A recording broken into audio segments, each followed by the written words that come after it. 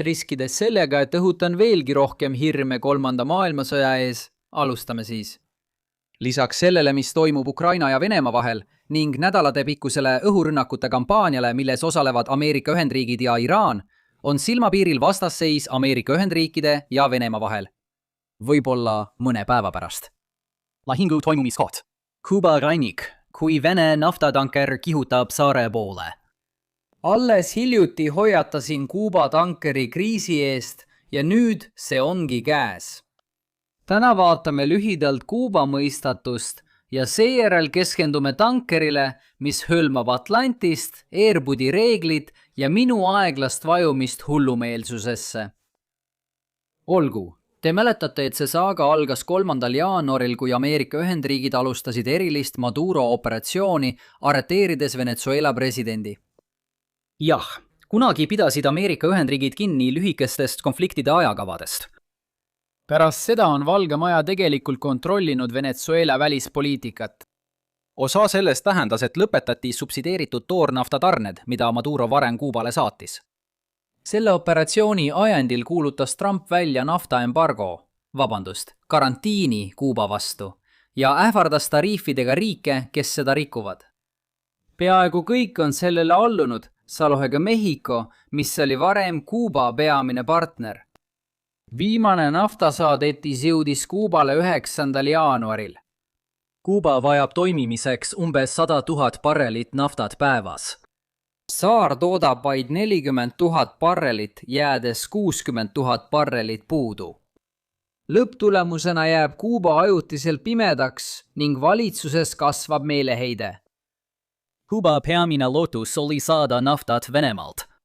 Kuuba vajab meeleheitlikult naftat, samal ajal kui Kremlil oli enne Iraani sõda raskusi ostjate leidmisega. Tariifi oht Venemaale oli mõttetu, sest Venemaa ja USA kaubandus peatus juba Ukrainasse sissetungi alguses. Valge Maja ei kavatsenud jätta tariifiohtu ainukeseks jõustamise viisiks. Kuuba vetes patrullivad ka mõned USA rannavalve patrull-laevad, ilmselt valmis peatama iga relvastamata tankeri, mis püüab saarele saabuda. Rõhutan relvastamata osa, sest see viitab hilisemale. Juba on olnud vahejuhtumeid tankeritega, mis püüavad Kuubale jõuda. 5. veebruaril lahkus Ocean Mariner Kolumbiast 84 000 barreli naftaga, sihtkohaks Dominikaani Vabariik. Nädal hiljem tegi tanker järsu liikumise Kuuba suunas. USA rannavalve sekkus, tagades, et Ocean Mariner jõuaks Dominikaani Vabariiki. Teine Four algas veebruari keskel, kui Seahorse lahkus Venemaalt 200 000 barreli naftaga ja suundus Atlandi ookeani kaudu Kuubale. Kuid suurema osa märtsist seisis see Atlandi ookeani keskel jõude, triivides näiliselt ilma eesmärgita. 17. märtsil liikus see uuesti Kariibi mere poole, suunaga Kuubast kagusse, võib-olla mõnele saarele selles saarestikus. Siitkohaks võib olla Trinidad ja Tobago või hoopis Venezuela. Spekuleerides, mis siin võis juhtuda, kuulub Seahorse Hiina ettevõttele. Kuigi veeti Vene toornaftat, oli 3. riik kaudselt kaasatud. Erinevalt Venemaast on USA'l Hiinaga väga tihe kaubandus. Seahorse'i ettevõtet võidi poliitiliselt survestada plaani peatama. Siis seisis see jõude Atlandi ookeanil, kuni ostis selle üks määramatu Kariibi mereriik, mis polnud Kuuba. Need 2 juhtumit olid siiski vaid eelvoor. Ja nüüd lähme kiiresti põhietenduse poole. 9. märtsil lahkus Anatoli Kolotkin Venemaalt. Võib-olla pani ta sihtkohaks Atlantis USA lihtsalt narrimiseks. Kuubat seostatakse tihti Atlantisega ja USA osa võib viidata, et Trump tahab au Kuuba hõivamise eest endale saada. Kui see ei peatu nagu Seahorse Atlandi ookeanil, võib see jõuda Kuubale juba 23. märtsil. Anatoli Kolotkinil on 730 000 barrelit toornaftat. Kuubaal on seisvad naftatehased, mis töötlesid varem Venezuelast imporditud toornaftat. See tanker võiks Kuubale anda 12 lisapäeva naftatarbimist, arvestades praegust 60 000 barreli suurust päevas puudujääki. See samm toimub samal ajal Iraani sõjaga, mis on oluline ülemaailmses kontekstis. Nafta hinnad tõusid järsult ja stabiliseerusid kõrgel tasemel. West Texas Intermediate hind veidi alla $100 barreli kohta. Kes teab, mis hind siis on, kui neid sõnu kuulete? Kui on üks majandusnäitaja, mis määrab USA avaliku arvamuse, siis selleks on bensiini hinnad. Trumpi administratsioon peab hoidma neid madalal. See pole lihtne, kui Hormuzi väina sulgemine piirab 1/5 maailma naftatoodangust. Kuna nafta on globaalne kaup, pole Ameerika Ühendriikide ostumahul selles piirkonnas suurt tähtsust. Üks trikkidest, mille Trumpi administratsioon välja mõtles, oli erand osale Vene nafta ekspordist. See võimaldaks riikidel importida Vene naftat ilma Ameerika Ühendriikide sanktsioonide ähvarduseta. See vabastaks osa pakkumisest, aitaks hindu ohjeldada, kuid tooks Kremlile majanduslikku päästerõnga, kas otseselt või keeruliste sammude kaudu. Erand kehtis vaid tankerites olnud naftale, mis oli juba Vene firmadele müüdud. Vene maksuametnikele on kasulik tulevase müügihinna tõus, sest järgmine ostja eeldab selle kordumist, isegi kui erand ütleb vastupidist. Kui Trumpi administratsioon tegi seda korra, võib ta seda kergesti uuesti teha.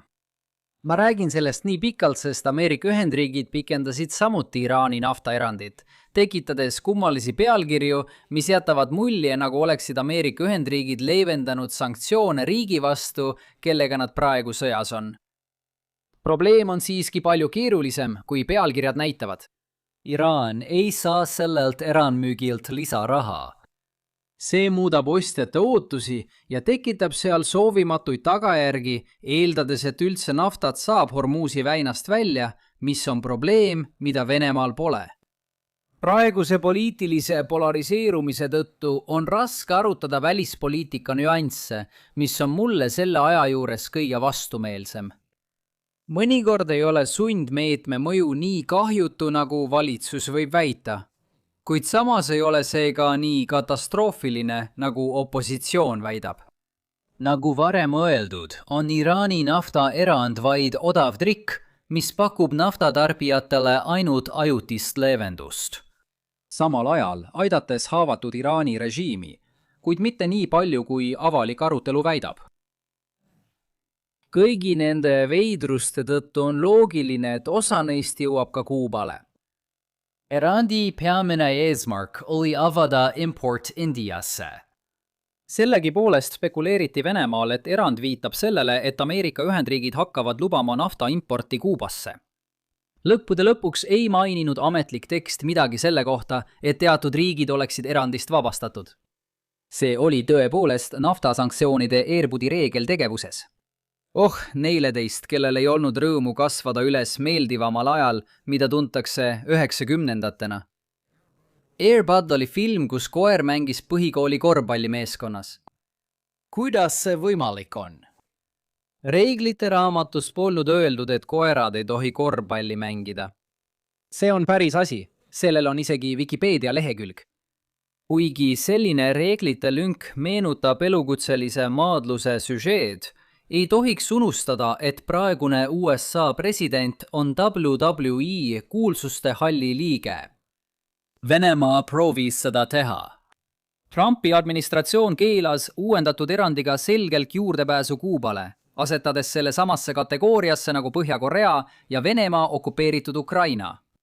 Nii et siin me nüüd oleme. Lubage mul lühidalt öelda, kui rumal see ootus oli, sest see eiras nende erandite mõtet. Hetkel ei saa Kuuba üldse naftat. See suurendab ülejäänud maailmale kättesaadava nafta hulka, isegi kui praegu on Kuubal elamiseks väga halb aeg. Kui Kuuba ootamatult avaneks, kasvaks ülemaailmne nõudlus ja hinnad tõuseksid USA tarbijatele. Etenduse eesmärk on vähendada tarbijahindu Ameerika Ühendriikides. Trumpi administratsioon ei tee järeleandmisi, mistõttu seisame nüüd vastasseisu ees. Huvitaval kombel pidas Venemaa vajalikuks saata Anatoli Kolotkinile mereväe saatja läbi La Manche'i väina. Pole halb mõte, sest Euroopal on tugev põhjus varilaevastiku tankereid kinni pidada. Tegelikult pidas Prantsusmaa eile kinni vale lipu all sõitva Vene tankeri. Mida kõrgemad naftahinnad, seda vähem raha saab Kreml.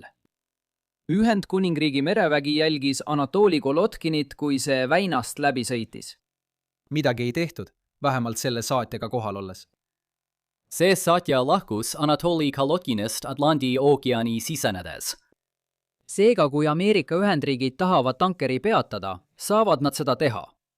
USA rannavalve ei saa viga, kui Venemaa pole laevale merejalaväelasi paigutanud. Kreml räägib üha rohkem selle alustamisest, ent seni on see vaid jutt. Ja kui merejalaväelased on pardal, siis miks pole Kreml seda avalikult teatanud, et takistada USA sekkumist? Venemaa näitas oma kaarte, eemaldades saatja enne Ameerika mandrite lähedale jõudmist. Moskvaal puudub võime jõudu nii kaugele projitseerida, eriti kui enamus ressursse kulub Ukrainas. Lisaks on veel kogu see Monroe doktriini teema. On selge, et USA läheb Anatoli Golotkini pardale, kui see proovib Kuubale jõuda. Kui Kuuba valitsus selle päästerõnga saab, saab ta hiljem neid veel palju. Siis on viimased 2 kuud sellest, mis on kindlasti karantiin ja kindlasti mitte blokaad, olnud asjata. Anatoli Golotkini kinnipidamise vältimatust teadvustades annab Kreml seetõttu oma kaptenile korralduse leida teine koht, kuhu nafta maha laadida. Kuid vähemalt praegu püsib tanker endiselt. Teisest küljest tuleb siiski tunnistada, et Iraani sõda on avanud Ameerika Ühendriikidele uue haavatavuse. Kreml ei pea enam tervitusi ookeani taha saatma. Neil tuleb nüüd lihtsalt saata abi Iraani poole. Seda on lihtsam öelda kui teha ning ähvardustest on kasu vaid siis, kui nende täideviimine on usutav. Venemaa relvatööstuses on vähe varuruumi. Venemaa on peamiselt aidanud Iraani luureinfo ja sihtimisega. Ja eeldatavasti, kui Venemaa tahab USA tõhusalt ohustada, peab ta neil aladel tihedamat koostööd otsima. Selle põhjus on mastaabisääst. Luurevõrgustiku rajamine on väga kallis nii maal kui orbiidil. Kuid see on juba loodud, on oma teadmiste jagamine väga odav. Tõesti, Ameerika Ühendriigid jätkasid Ukrainale sama abi andmist hoolimata Trumpi administratsiooni füüsilise abi peatamisest. See põhimõte. Siin kehtib sama põhimõte. Siiski võiks Venemaa servapidi võiks ähvardada luureinfo jagamise suurendamisega.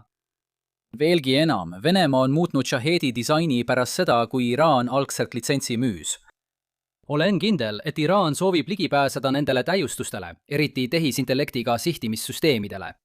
Neid ähvardusi oleks kergem ellu viia kui tuumahävitust.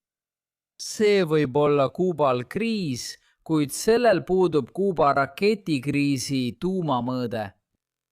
Kui oleksin Kuuba praegune juht, oleksin väga mures. Ma ei ole nii mures, et kaevaksin praegu pommivarjendit. Suures pildis, kui see oleks lihtne läbirääkimiste probleem, oleks lahendus lihtne. Venemaa tahab Kuubale naftat müüa. USA ei soovi, et Iraan saaks Venemaa luureandmeid. Tehke vahetus, mõlemal läheb paremini. Koalitsioonipartneritel võib minna halvemini, aga USA'l ja Venemaal paremini. Kauplemine siin ei ole nii lihtne. Kokkulepete tõhusust arutades pean ma sageli kontrollitavust iseenesest mõistetavaks. Kui vaidlus käib peamiselt territooriumi üle, on latt madal. Näiteks saab füüsiliselt jälgida, kas Venemaa on ületanud tegeliku piiri või mitte. Kahjuks ei saa me sama öelda luureabi kohta. Kõik on vaid kuulujutud, ka praegused süüdistused. Kuulujutud, mida ma usun, kuid siiski kuulujutud. Kui Kreml kokkulepet rikub, tekib viivitus rikkumise ja USA luure selle tuvastamise vahel. Jälgitavuse probleemi saab nüüd lepinguliselt lahendada, kuid see eeldab kannatlikkust Kremlilt, kellel on palju kaotada. See tähendaks, et Kremlit ootab petmise eest suur karistus ja neid huvitavad pikaajalised tagajärjed. Ma ei tea, kuidas sinuga on, aga viimaste aastate Kreml, mida mina tunnen, on kannatamatu ja tal pole peaaegu midagi kaotada. Oleme siin varem olnud, kuid pole edasi jõudnud. Kreml on pakkunud välja sarnase vahetuse, lubades lõpetada abi Iraanile, kui Ameerika Ühendriigid lõpetavad abi Ukrainale. Jälgitavuse ja usaldusväärse kokkuleppe puudumise probleem. Kokkuvõtteks ei tea ma, kuidas vastasseis lõpeb. Kui ma teaksin seda kindlalt, teaksid seda ka mõlemad pooled ja me ei oleks olukorras, kus üks püüab Kuubale ligipääsu takistada ja teine on bluffi peaaegu paljastanud. Tean, et olukord on väga pingeline ja ei saa meedias piisavalt tähelepanu.